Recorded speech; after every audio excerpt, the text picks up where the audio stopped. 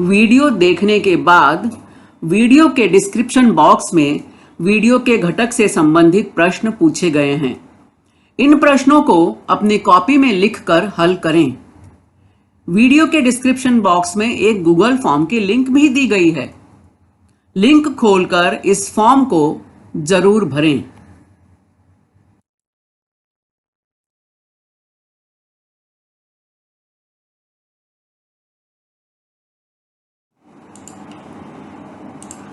अभी जिस लिंक के बारे में मैंने बात की वह लिंक यहां दी गई है। तो डिस्क्रिप्शन बॉक्स में यह लिंक आपको मिलेगी। इस लिंक को ओपन करें। लिंक के ऊपर इस तरह से आपको सूचना भी मिलेगी। अपना अभिप्राय नीचे दी गई लिंक में अवश्य व्यक्त करें। तो इस लिंक को जरूर खोलें। इसमें जो भी प्रश्न पूछे गए हैं उनके उत्तर आपको देने हैं। बहुत ही सरल और सामान्य प्रश्न है, इसलिए आप सभी से विनम्र निवेदन है कि इस लिंक को जरूर जरूर खोलें और इसे भरें।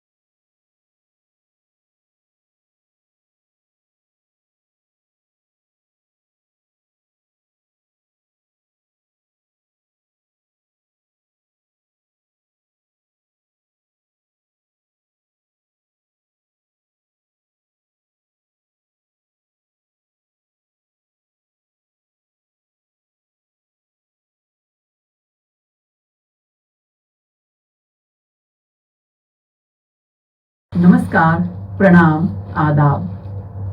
कोविड-19 के प्रादुर्भाव की वजह से आज विद्यार्थी शाला में प्रत्यक्ष अध्ययन अनुभव लेने से वंचित हैं। बृहन्मुंबई महानगर पालिका शिक्षण विभाग ने एक सराहनीय कदम उठाया, जिससे हमारा कोई भी विद्यार्थी शिक्षा से वंचित न रहे। और इस श्रृंखला के अंतर्गत हम अपने विषय के रोचक घटक लेकर, रोचक वीडियोस लेकर आपके सामने उपस्थित रहेंगे। और इसी के अंतर्गत मैं श्रीमती पूर्णिमा पांडे आप सभी को वर्चुअल स्टूडियो क्लास में आमंत्रित करती हूं, अपने एक नए विषय के साथ, नए घटक के साथ। तो चलें अपने विषय के संग।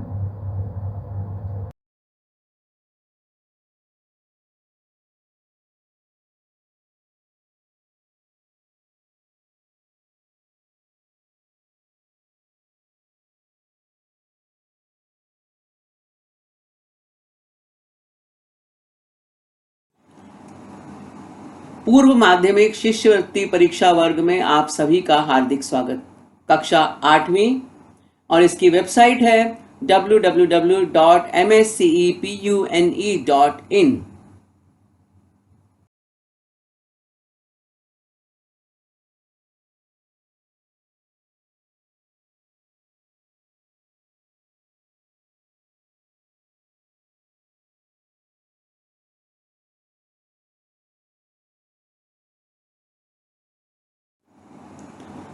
शिष्यवृत्ति परीक्षा हमारे दिमाग को एक दिशा देती है, सोचने के लिए गति प्रदान करती है ये परीक्षा। और जब हम सोचने की दिशा में काम करते हैं, सतत प्रयास करते हैं, तो हमारे दिमाग की बत्ती जल जाती है, हमें अपने प्रश्नों का उत्तर मिलने लगता है। इसलिए बच्चों, हमेशा सोचो ये काम क्यों हो रहा है। 3 मुद्दों को याद रखो। 3 मुद्दे कौन से? What, why and how. क्या, क्यों और कैसे। जब इन 3 शब्दों का आप समाधान प्राप्त करने की कोशिश करोगे, कोई चीज क्या है, ये क्यों हो रहा है और कैसे हो रहा है, जब इन 3 उत्तरों पर आपका ध्यान केंद्रित हो जाएगा, तो आपके जीवन की हर समस्या का समाधान आपको मिल जाएगा। केवल आपके 8वीं कक्षा की समस्या नहीं, 8वीं कक्षा की पढ़ाई नहीं, बल्कि व्यावहारिक जीवन में भी आप कई समस्याओं के समाधान, आने वाले जीवन में आने वाले बहुत सारे प्रश्नों के उत्तर सहजता से ढूंढ सकोगे।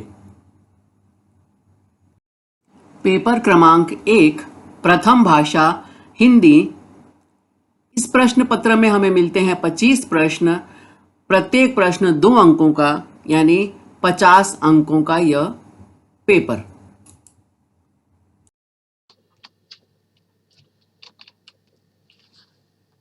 घटक 2 शब्द संपदा, उपघटक 2.9 संयुक्ताक्षर युक्त शब्द। संयुक्ताक्षर युक्त शब्द के अंतर्गत जो प्रमुख मुद्दे हैं वो है संयुक्त व्यंजन, संयुक्ताक्षर, द्वित्व व्यंजन और पंचमाक्षर। पिछले वीडियो में हमने संयुक्त व्यंजन, संयुक्ताक्षर और द्वित्व व्यंजन के बारे में विस्तार से जानकारी प्राप्त की थी। आज हम पंचमाक्षर के बारे में कुछ जानकारी प्राप्त करेंगे और संयुक्ताक्षर युक्त शब्द इस घटक पर आधारित कुछ प्रश्नों को भी हल करेंगे। तो सबसे पहले हम जानते हैं पंचमाक्षर के बारे में। क वर्ग, हम अपने व्यंजनों को जानते हैं, अपने स्वर को जानते हैं, हिंदी वर्णमाला के स्वर और व्यंजन। तो हम यहाँ पर व्यंजन की बात कर रहे हैं। व्यंजन में हम कहते हैं क वर्ग, प वर्ग, ट वर्ग। तो क्या है ये क वर्ग, प वर्ग सब? तो क वर्ग मतलब जो हम पहले वर्णमाला पढ़ते हैं ना, क, ख, ग, घ, ञ, तो इसको हम कहते हैं क वर्ग, यानी क का परिवार। और इसका पंचमाक्षर, पंचमाक्षर मतलब 5वां अक्षर। हम देखेंगे इस क वर्ग में 1, 2, 3, 4, 5। तो जो 5वां अक्षर है वो पंचमाक्षर कहलाता है। तो क वर्ग जो क परिवार है, इसमें ये 5 वर्ण है, क, ख, ग, घ, ञ। और ये जो न है इसको बहुत से लोग अंगा पढ़ते हैं, लेकिन अंगा ये सही उच्चारण नहीं है। क, ख, ग, घ, अंग, ये अंगा नहीं है। ध्यान देंगे सभी बच्चे इस पर, उच्चारण पर। क, ख, ग, घ, ञ, वो अंगा, न, इय ये कुछ नहीं है, इनके बीच का उच्चारण है। फिर से सुनेंगे, क, ख, ग, घ, ञ। और ये जो ञ है ये पंचमाक्षर है। उसी तरह से अगला वर्ग हम देखेंगे च वर्ग, यानी च का परिवार, च, छ, ज, झ, इय। अब इय जो है ये अपने परिवार का 5वां अक्षर है, इसलिए इसे हम पंचमाक्षर कहते हैं। अब देखेंगे ट वर्ग, यानी ट का परिवार, ट, ठ, ड, ढ, ण। और 5वां अक्षर कौन सा है? ण। ये हो गया पंचमाक्षर। त वर्ग, त, थ, द, ध, न। और न जो है ये 5वां अक्षर है, इसलिए ये त वर्ग का पंचमाक्षर। इसके बाद है प वर्ग, यानी प, फ, ब, भ, म। और प परिवार का 5वां अक्षर है म, इसलिए म इस परिवार का पंचमाक्षर। तो इस तरह से हम देखते हैं कि क वर्ग का पंचमाक्षर क्या है? ञ। च वर्ग का पंचमाक्षर इय, ट वर्ग का पंचमाक्षर ण, त वर्ग का पंचमाक्षर न और प वर्ग का पंचमाक्षर म। इसके अलावा भी तो अपने हिंदी में वर्णमाला में व्यंजन है, तो आप कहोगे उसमें पंचमाक्षर क्यों नहीं? तो यहाँ हम देखेंगे य, र, ल, व। इस वर्ग में सिर्फ 4 अक्षर हैं, श, श, स, ह। इसमें भी सिर्फ 4 अक्षर हैं, क्ष, त्र, ज्ञ, श्र, ळ। तो यहाँ पर भी ये 3 अक्षर हैं और यहाँ पर 2 अक्षर हैं। तो पंचमाक्षर केवल शुरुआत के 5 जो समूह है उसी में है, क वर्ग, च वर्ग, ट वर्ग, त वर्ग और प वर्ग। अब हमने देखा कि संयुक्ताक्षर बनाते समय हमें 2 शब्दों को 2 वर्णों को जोड़ना पड़ता है ना? 2 वर्ण जुड़ते हैं तब वो संयुक्ताक्षर बनता है। हमने ये पिछले वीडियो में विस्तार से देखा था। तो जब कोई पंचमाक्षर अपने वर्ग के शेष 4 वर्णों में से किसी भी वर्ण से मिले तो अनुस्वार के रूप में उसके पहले वाले वर्ण पर लगता है। आपको लग रहा होगा कि ये तो बहुत कठिन परिभाषा है, कैसे इसको हम याद करेंगे, हम समझेंगे? तो बच्चों ये बहुत आसान है, ये आपकी कक्षा 4थी की पाठ्य पुस्तक में भी दिया गया है। कक्षा चौथी की पाठ्य पुस्तक पृष्ठ क्रमांक 73 पर आप देखोगे तो ये नियम आपको वहां पर भी लिखा हुआ मिलता है। तो क्या नियम है कि जब कोई पंचमाक्षर यानी क वर्ग का पंचमाक्षर या च वर्ग का पंचमाक्षर, त वर्ग का पंचमाक्षर, ट वर्ग का पंचमाक्षर, प वर्ग का पंचमाक्षर, कोई भी पंचमाक्षर अपने वर्ग के शेष 4 वर्णों में से किसी भी वर्ण से मिले तो क्या होता है, वो पंचमाक्षर परिवर्तित हो जाता है अनुस्वार के रूप में। और कहाँ लगता है, तो उसके पहले वाले वर्ण पर लगता है। हम इसका उदाहरण देखेंगे, आपको आसानी से समझ में आएगा। उदाहरण के लिए हम देखते हैं शंख। शंख का वर्ण विच्छेद हम करेंगे तो श धन अ धन ञ, ये क वर्ग का पंचमाक्षर, धन ख, ख में हल चिन्ह, धन अ, जब इसमें स्वर जुड़ेगा तो ये पूरा हो जाएगा। अब हम यहाँ देख रहे हैं कि पहला जो अक्षर है ये है श, है ना, और ये जो दूसरा अक्षर है यहाँ पर ख। अब श और ख के पहले बीच में क्या वर्ण आ रहा है, तो ये वर्ण है ञ। और ये अब हमने कैसे पहचाना ये, क्योंकि यहाँ पर ख है, जो जिस अक्षर के ऊपर अनुस्वार लगा है उसके आगे वाले वर्ण को हमें देखना है। जब उसके आगे वाले वर्ण पे हम ध्यान देते हैं तो ये हमें मिला हमें ख। ख किस वर्ग का वर्ण है, तो क वर्ग का, क ख ग घ, है ना, तो यानी क वर्ग का वर्ण है। तो इसका मतलब जो ये अनुस्वार है ये क वर्ग का पंचमाक्षर होगा, है ना। शंख ये इस तरह से लिखा जाता है, मुख्य रूप से देखा जाए ओरिजिनली तो ओरिजिनली ये शंख इस तरह से लिखा जाता है। यहाँ पर हम देख रहे हैं श न्य में हल लगा है और ख। अब क वर्ग का पंचमाक्षर न्य वर्ण ख से मिला है, अब ये है ना, अतः अनुस्वार पहले वर्ण श पर लगा है, तो ये जो पंचमाक्षर है इसका परिवर्तन अनुस्वार के रूप में हो जाता है और यह ख के पहले वाले वर्ण पर लगता है। क्लियर है आपको, सबको समझ में आ रहा है। फिर से हम ध्यान देंगे, शंख, अब श धन अ, तो श ये जो है शब्द अक्षर पूरा हो गया, ठीक है। अब इसके बाद यहाँ पे है क वर्ग का पंचमाक्षर। अब आप पूछोगे कि मैडम हमने कैसे पहचाना कि यहाँ पे क वर्ग का ही पंचमाक्षर होगा, तो बहुत ही स्वाभाविक प्रश्न है और उसका उत्तर भी उतना ही सरल है कि हम देखेंगे श के आगे वाला जिस अक्षर पे अनुस्वार लगा है, तो यहाँ श पर अनुस्वार लगा है शंख, तो इसके बाद अनुस्वार लगे वाले लगा है उसके बाद का अक्षर कौन सा है, ख। तो ख किस वर्ग का है, तो ख क वर्ग का अक्षर है। पहले ही मैंने बताया आपको क ख ग घ ञ, तो क वर्ग का ये अक्षर है, तो इसका मतलब जो ये अनुस्वार है ये क वर्ग का पंचमाक्षर होगा। ये ध्यान में रखो हमेशा। अब हम यहाँ पर और एक पंचमाक्षर का उदाहरण देखेंगे। शब्द आपको दिखाई दे रहा है चंदा। चंदा का हम वर्ण विच्छेद करेंगे। पहला वर्ण च, च में हल चिन्ह लगा है इसलिए पूरा नहीं है। इसको पूरा करने के लिए इसमें अ स्वर जुड़ा हुआ है च। अब इसके बाद धन, अब यहाँ पर आ रहा है न में हल चिन्ह लगा है। आप कहोगे कि मैडम यहाँ पर तो द है, न कहीं है ही नहीं, तो आपने न क्यों लिखा।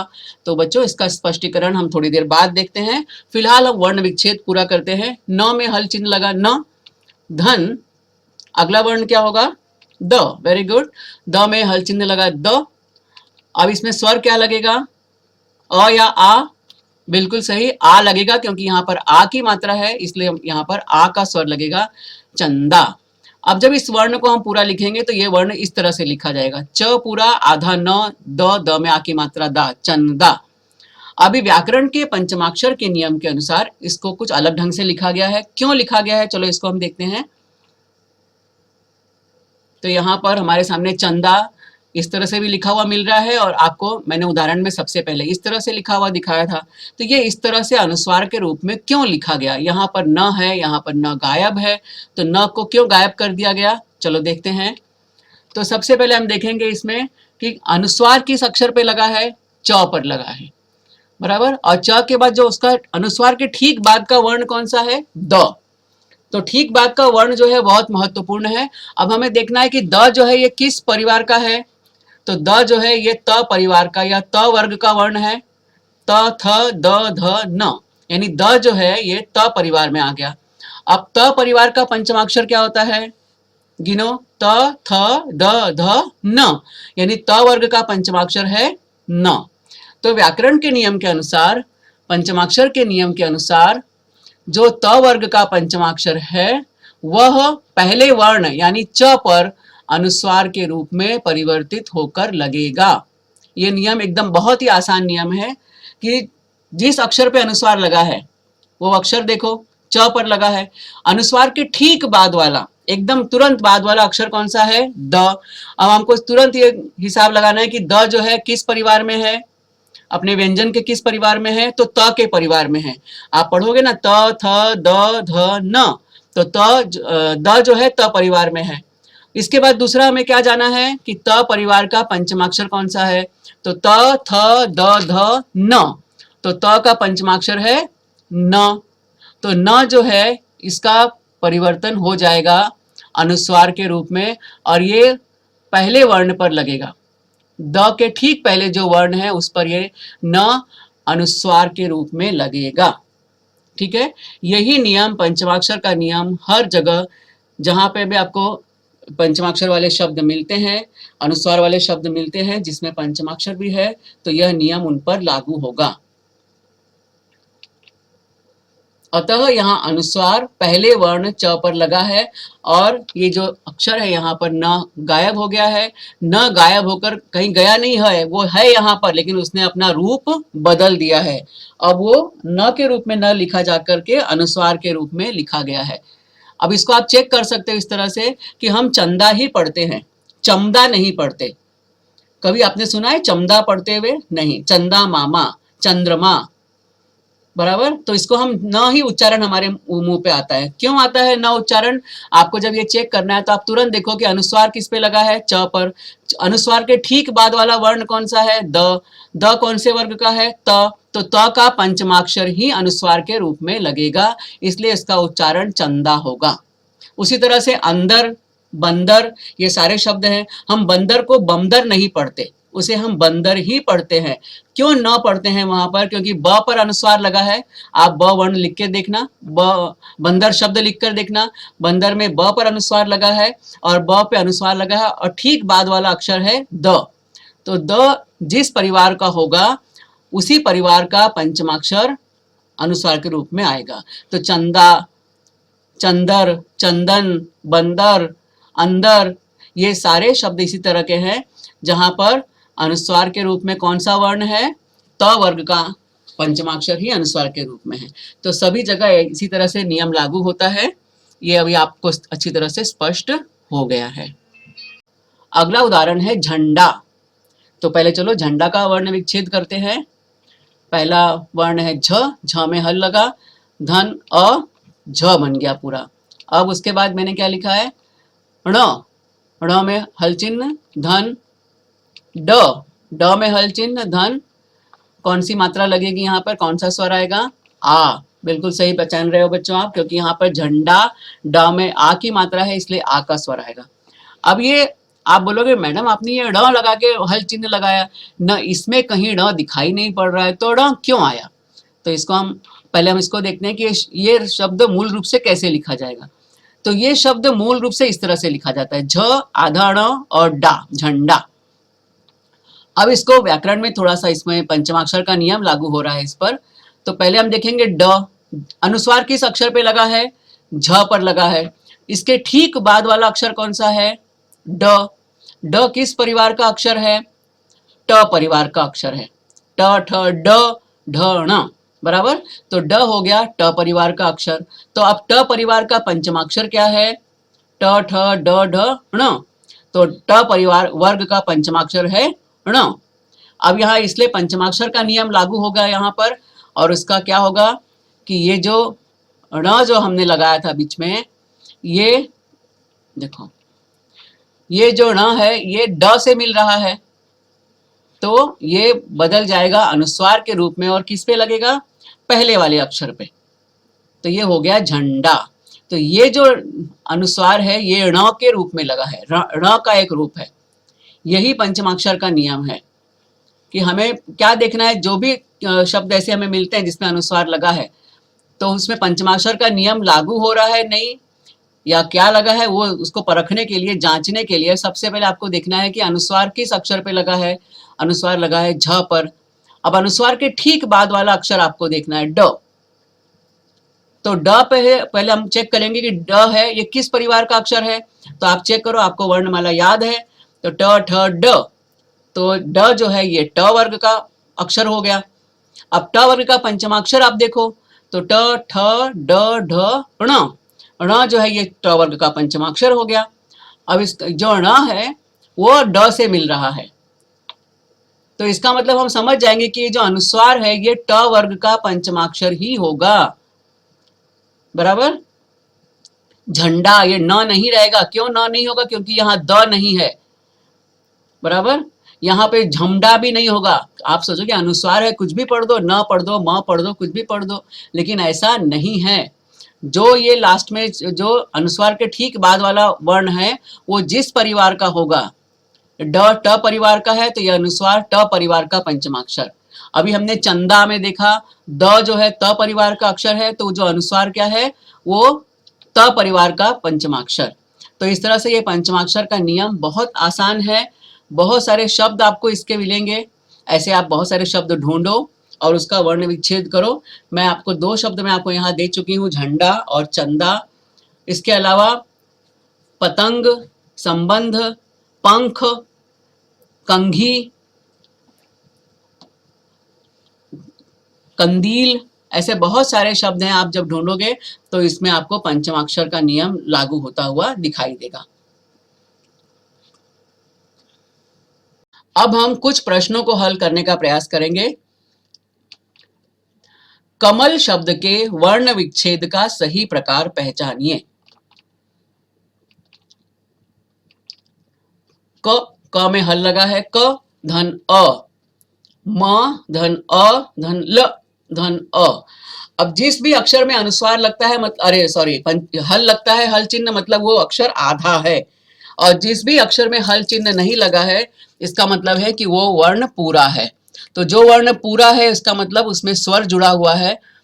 जैसे हम यहाँ देख रहे हैं म, तो इसका उच्चारण करते से हम कहेंगे म, लेकिन यदि हम इसको पूरा पढ़ते हैं तो क, लेकिन चूंकि यहाँ क में हल चिन्ह लगा है तो इसको हम क्या पढ़ेंगे क धन अ धन म धन अ धन ल धन अ। दूसरा विकल्प है क धन अ धन म धन अ धन ल धन य।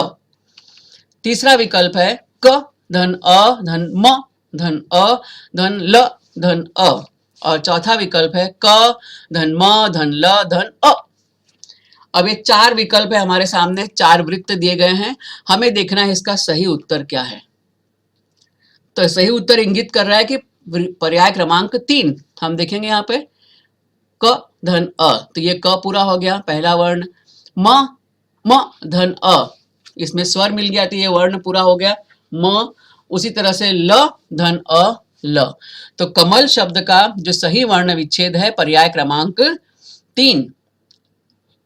अब ये बाकी सब क्यों नहीं है इसके ऊपर आप देखोगे, यहाँ पर क का तो वर्ण विच्छेद सही दिया है क धन अ, लेकिन म धन अ दिया है तो ये वर्ण विच्छेद नहीं है बराबर, तो इसलिए ये नहीं होगा। यहाँ पर दूसरे में हम देखेंगे तो लास्ट में य दे दिया है, यह कोई स्वर नहीं है, तो यहाँ पर ल के आगे कहीं यह व्यंजन भी नहीं आया है, तो ये पर्याय भी सही नहीं है। तो पर्याय क्रमांक 3 हमारा सही पर्याय है, तो इसको हम वृत्त को भर देंगे 3 नंबर के पर्याय वाले वृत्त को।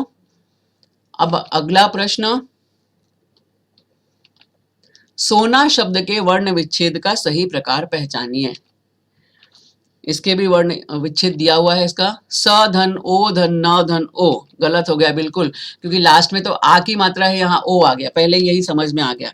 सो धन आ धन न धन आ, अब ये आपको लग सकता है कि सही है, लेकिन ये सही नहीं है, क्योंकि सो दिया है और सो में फिर आ दे दिया है, तो ये भी गलत है। तीसरा विकल्प सो धन नो सोनो, ये हो ही नहीं, ये भी गलत है। तो निश्चित है पर्याय क्रमांक 4 है, ये हमारा सही विकल्प होगा।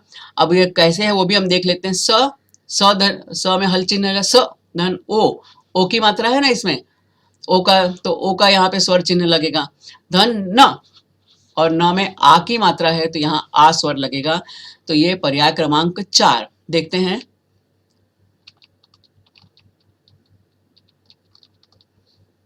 यस, पर्याय क्रमांक 4 ही सही विकल्प इंगित हो रहा है। 4 नंबर के वृत्त को हमने भर दिया। अब अगला प्रश्न क्रमांक 3, भारत शब्द का वर्ण विच्छेद कीजिए। भारत शब्द का वर्ण विच्छेद दिया हुआ है, भा धन अ धन र धन आ धन त, ये गलत हो गया। भा धन र धन अ धन त, ये भी गलत है।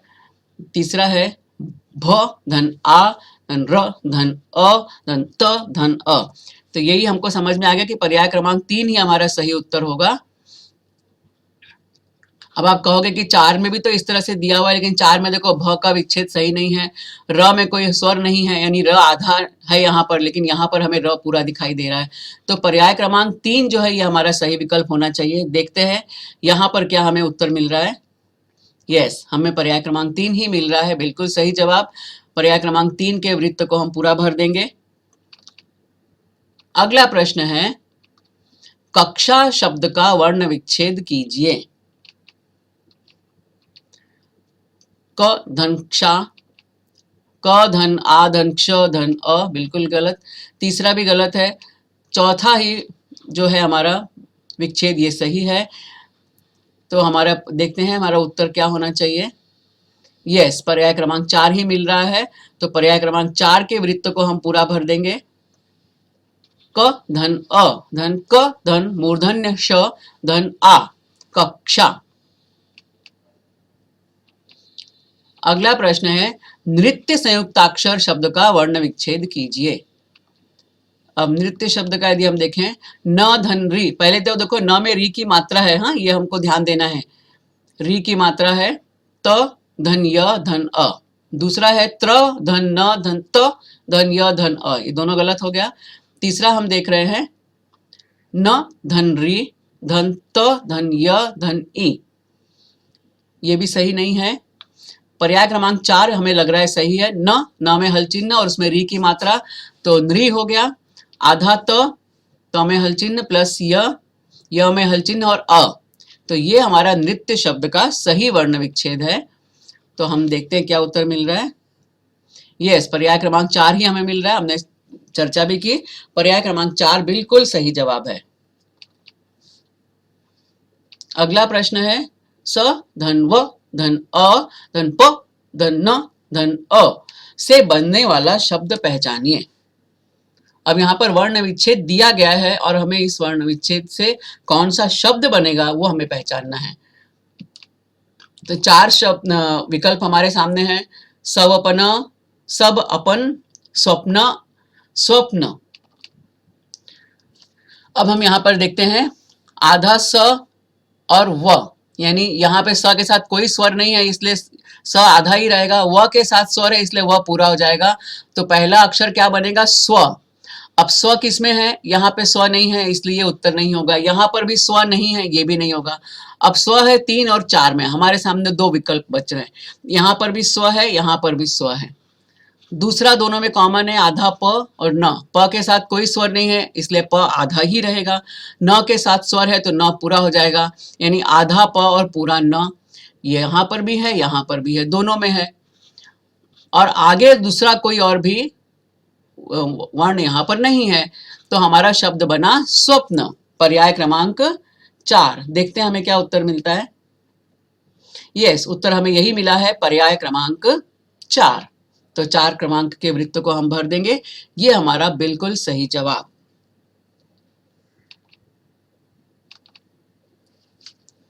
यह वीडियो देखा, सुना और समझा। मुझे पूरा विश्वास है कि यह वीडियो आपको पसंद आया है। इसे अधिकाधिक देखें, लाइक करें, सब्सक्राइब करें, अपने साथियों के साथ शेयर भी करें। आपके सुझाव और आपके कमेंट्स नीचे कमेंट्स बॉक्स में अपेक्षित हैं। कृपया हमें इनसे जरूर अवगत कराएं। तो मिलते हैं अगले वीडियो में किसी नए विषय के साथ, किसी नए घटक के साथ। तब तक धन्यवाद।